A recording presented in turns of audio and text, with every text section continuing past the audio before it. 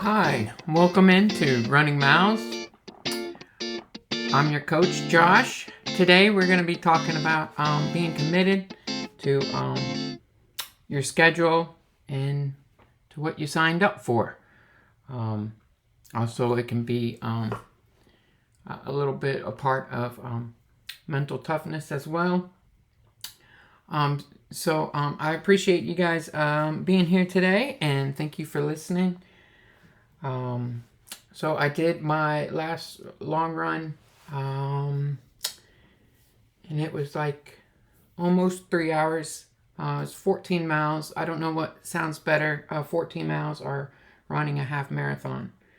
To me, running a half marathon definitely sounds better than 14 miles. But since I ran over the half marathon, so we'll just go ahead and say 14 miles. Um, I pre-carb loaded the day before, and I did some bananas, and then I did some brown rice, and a lot of vegetables, and I ran into a lot of gut issues for about 2 hours in the run. My gut was just hurting. It was just painful.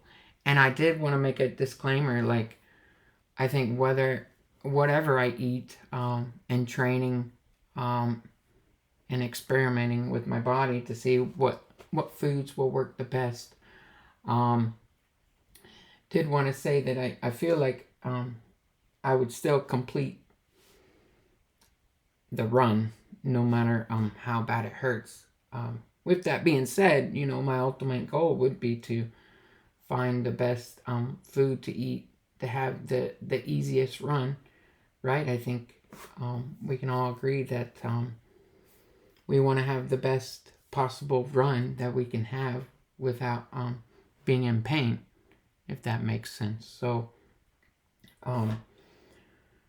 yeah. So, I also did the raisins, and I got to do the tailwind, and the pistachios,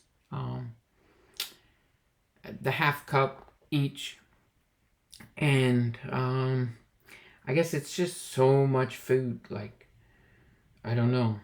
It takes me like a minute or 2 minutes to finish the raisins and the nuts, and then I'm going into gas stations. I'm going to the water fountains at parks to fill up the water. I have a plastic cup that has a lid on it. It's very lightweight, and it just tracks. I'm able to track to see how much water I'm putting into my body. I guess you could go to the water fountains, the parks, and drink the water, but you don't know how much you're putting in your body if you just drink the water from the water fountain. So, getting one of these cups does help. Helps you to figure out how much water you're putting in your body. So I would say that's something good to have to see how much electrolytes and water that your body needs within the hour. Anyways, so yeah, I had gut issues for 2 hours. I don't think it was from the raisins and the nuts, and I don't think it was from the tailwind, because I started off with kind of like the gut issues, and they never really got better. Also, I would say that I didn't feel any faster. My heart rate max was at 170. The average was at 141. And by the stats, I look to be in heart rate zone 3 and 4 most of the time. Which is, great to see that I'm in all the heart rate zones here, except for heart rate zone 1. I even got to heart rate zone 5 for almost 10 minutes. But my average time was 12 minutes a mile again. And I didn't feel that great. But at the same time, I didn't bonk or anything,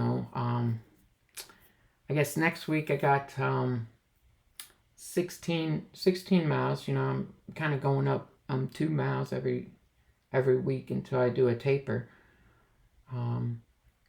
But I think I'm gonna try doing no food and taking protein shakes. So I'll just take protein powder with me and then mix it in my mixing cup when I get to a water fountain, and then shake it up, right? Because the mixing cup that I have comes with the lid. I don't have to take the lid, but I'll need to take the lid to mix it. And then so I'll do that and see if I have any luck. If it was anything like the last time I did no carbs, I would say that I'd probably be in zone 3 the whole time. Which, I don't know, I'd rather have that zone than feel like crap and maintain that. That's just my thinking, I guess. And I feel like I'm not working my heart as much. If it's not going up to 170 beats per minute, which is probably better for the body anyway. So I'll try it and do the protein shakes. So the ones that I would be using would be the Tailwind protein shake, and then I'll probably do a mix of them because I think my next run is going to be 3.5 hours for the 16 miles. So try that. And Vigo, try that. It's a complete protein shake, so it has vitamins in it. And I wouldn't be opposed to trying Shakeology. I think that's another great protein shake that's complete with all the vitamins and everything. It's really tough, with the when you get into the whole food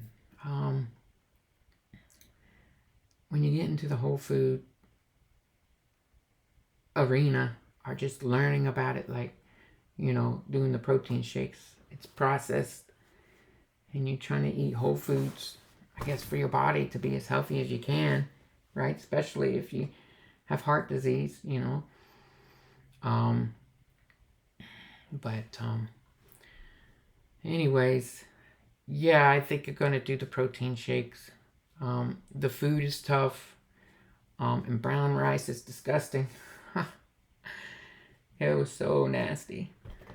Eating that on Friday before the long run on Saturday. It was pretty gross.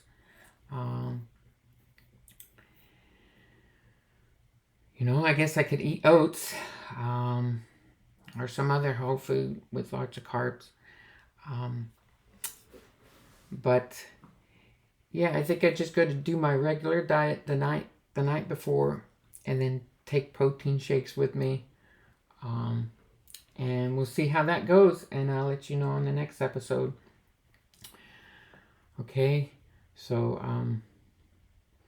yeah, I'm gonna take those 2 protein shakes. Okay, so being committed I would say you want to do your best to, stick to that schedule that maybe you came up with or your coach came up with,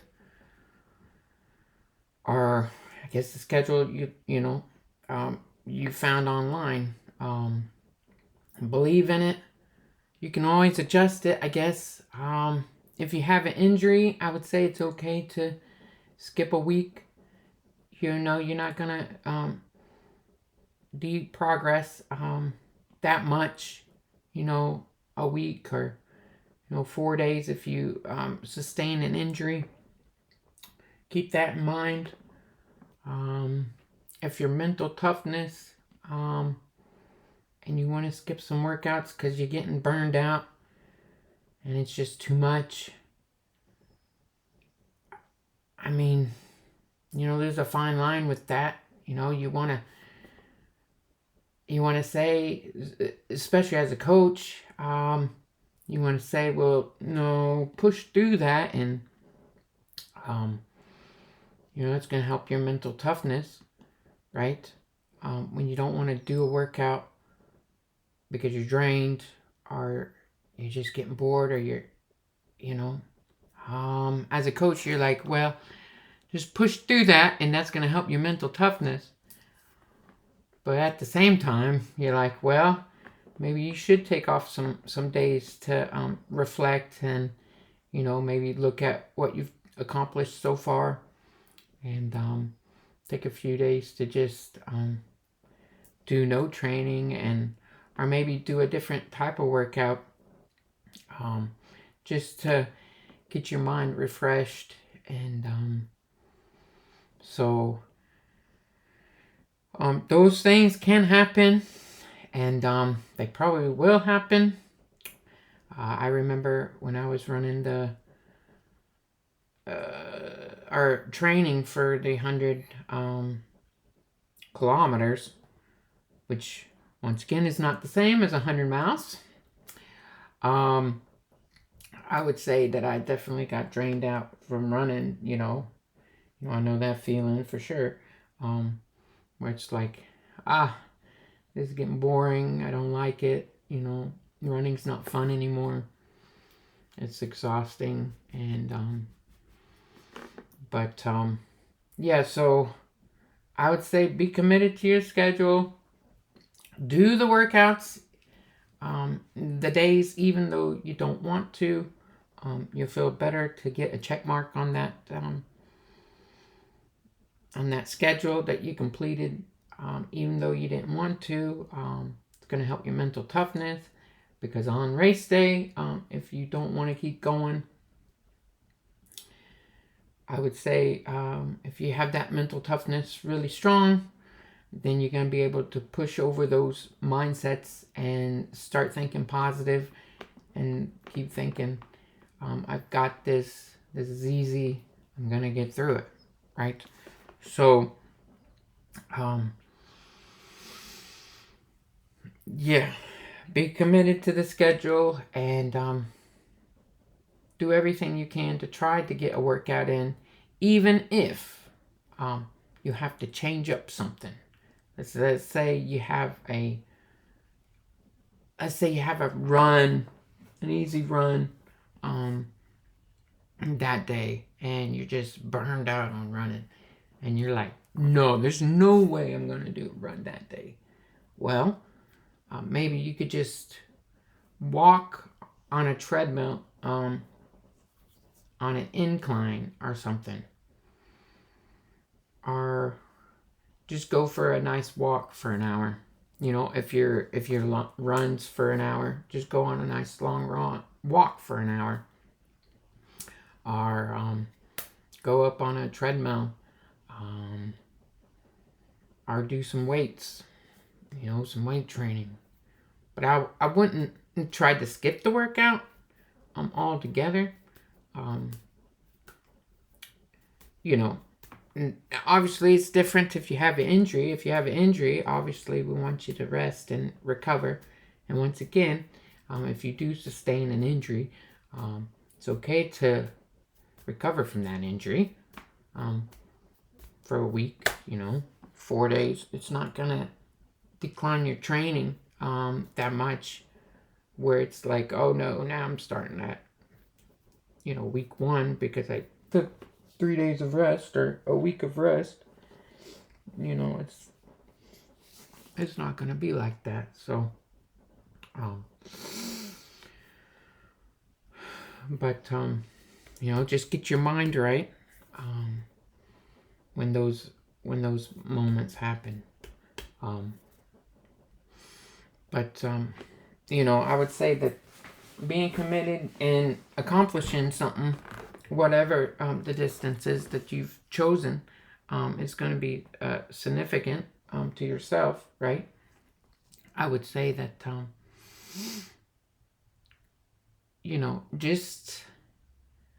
just be focused kind of on yourself. I would say I get a lot of stuff on my news feed.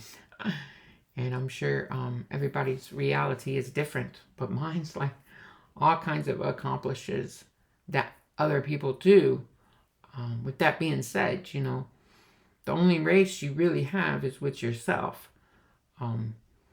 So the only way you can improve is with yourself, because if you start comparing to other people, you're never going to be good enough, right? I saw just the other day someone accomplished a marathon every single day for a whole year. Like, I can't even get close to that, you know what I'm saying?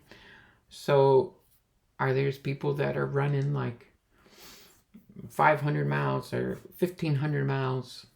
Are they running 300 miles? Are they running all this crazy stuff people do? Are they running in the Arctic snow for like 300 miles or 500 miles? Or I like the example that I first said. There was a lady that would run a marathon every single day before she went to work. Like, think about that. That's tough. Now, obviously, this person can run a marathon maybe in 2 hours or 3 hours, right? Where with me, it would be closer to a 5-6 hour marathon. So if you put it in perspective that way, doesn't sound as bad. If I ran 2 hours every day, that would still be really hard. So yeah, there's always going to be somebody that's going to be better than you, right? And there could be somebody worse off than you in your training. So, let's put it this way. And depending on the race that you join, even if you're a first placer and you want to be first place, right? There's somebody faster than you. And maybe they didn't sign up for the race that you signed up for.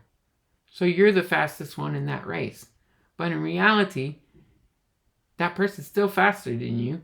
And if he would have signed up for that race that you were in, you would have been second place. So, you could compare it to that guy that would always beat you if he signed up for a race and try to overcome him. But I'm sure he's chasing somebody else and he's getting faster as well. So I would say just try to just do better than yourself, or just keep improving yourself, and try not to chase somebody else, because whether you're trying to chase someone faster than you, or you have the world records, maybe the person that's going to break your world records isn't even born yet. He could be coming out in 30 years and break your record, right? So I don't know. I would just try to improve yourself on your races, for sure.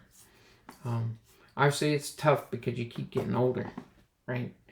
And if you were young before, which I think we can all say that we were. Um, I don't know if you're going to get faster if you get older or when you get older. So, but maybe you get wiser and you get better in your training and you can progress sometimes the older you get. Anyways, kind of getting off topic here. So being committed, sticking to your schedule, and I would say really, really important is if you can be committed to your long runs. That's really, really important. Be committed to your nutrition and be committed to your sleep. All that stuff is very important.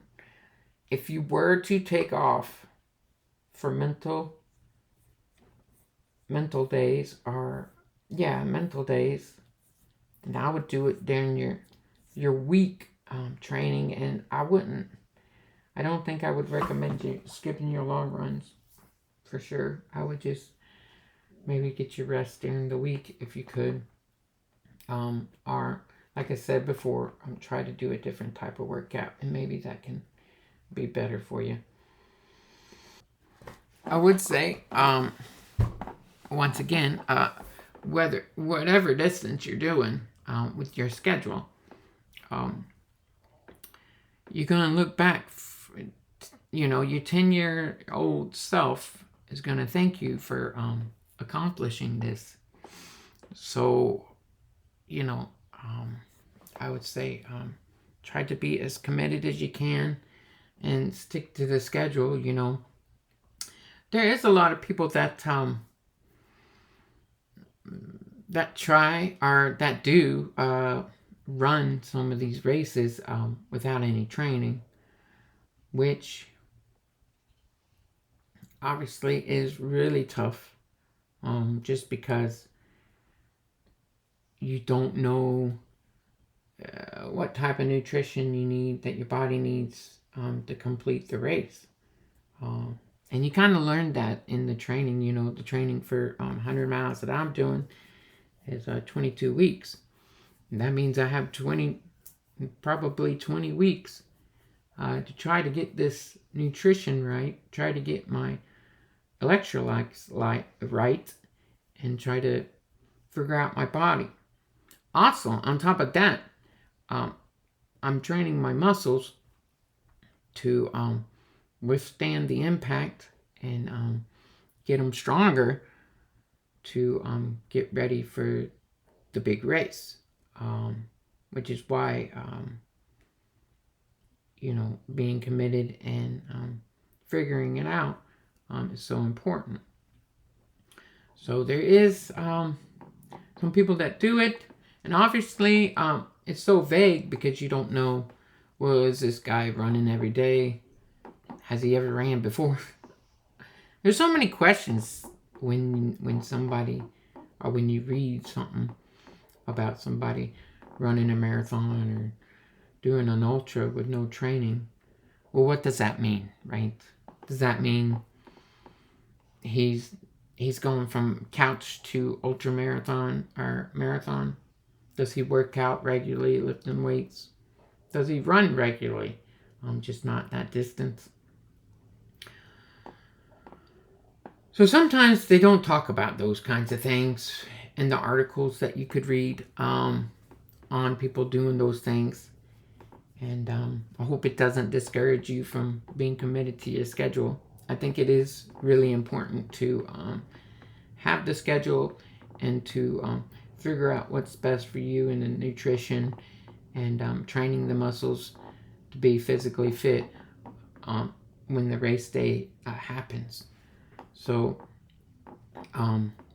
those articles can be a little bit discouraging, especially if the person finishes, which is great for that person to finish a marathon with no training, whatever that means, right? We still don't know, especially those people that finish, which is good for them, and don't want to take anything away from those people. That's great that they did that and they were able to overcome any pain that they could have suffered during the race. And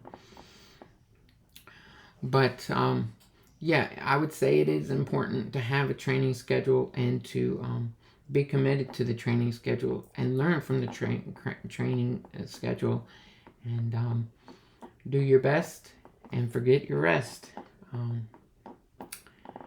That's what Tony Horton said, if you ever listened to the P90X back in the day. That was always great. And I think he's on a veggie diet these days. Is what I read.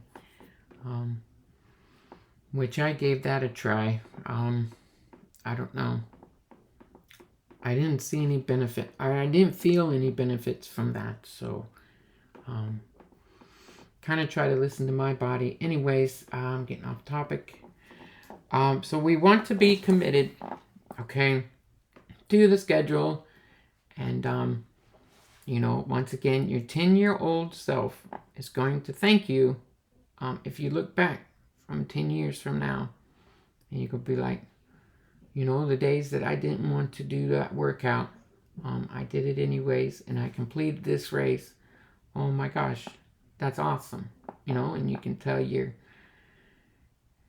kids about it, or your grandkids.